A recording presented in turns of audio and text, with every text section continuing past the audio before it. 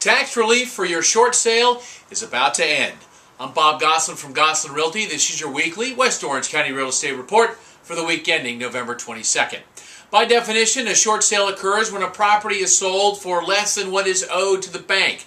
That debt forgiveness by the lender is considered income by the IRS and can be taxed. However, because of the enormous number of short sales happening back in 2007, Congress passed a law called the Mortgage Debt Relief Act, which allowed homeowners to short sale their primary residence without tax consequence on the forgiven debt.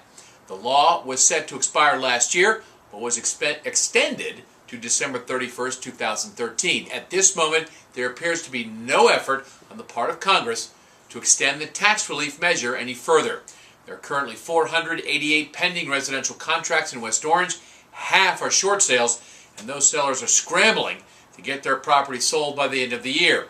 Of the 725 active listings in West Orange, only 12% are short sales. Those sellers, more than likely, will not close by the end of the year and will be in for a major tax surprise in 2014. Taking a look at what sold last week in West Orange, these numbers are provided by the Mid-Florida Regional MLS, and we include the communities of Ocoee, Winter Garden, Oakland, Gotha, and Windermere. The selling pace picked up a bit over the first 2 weeks of the month. 25 single-family homes sold, top price paid, $965,000 for a 5,000 square foot home in Windermere Club at Lake Roberts. 5 of the sales were short sales. Those 5 sellers will get their tax credit on the debt forgiveness. 56 new listings hit the market last week. 6 are short sales. At this point, only a strong cash offer may be able to close by the end of the year. If you're an interested buyer with cash, there may be a short sale out there ready to deal. Give Gosselin Realty a call.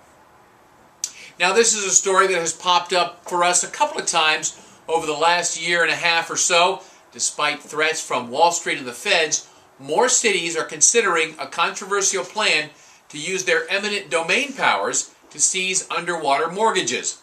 One of the latest cities to consider this is Irvington, New Jersey. The city wants to employ what it has dubbed friendly condemnations, using incentives to persuade owners of underwater properties to drop any objections to the city purchasing mortgages where the owner owes more than the mortgage is currently worth.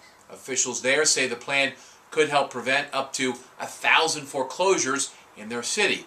This summer, Richmond, California, and the San Francisco Bay Area became the first city in the country to adopt a plan to use eminent domain to seize mortgages. Richmond hasn't deployed the plan yet because they're fighting 2 lawsuits in federal courts before they can proceed. Critics argue that taking mortgages in this way is a breach of individual rights and that investors who own many of the homes targeted will not receive fair market value for those mortgages. This story will continue, I'm sure. Well, you've heard the old saying, cash is king. That's true, except during the mortgage processing period.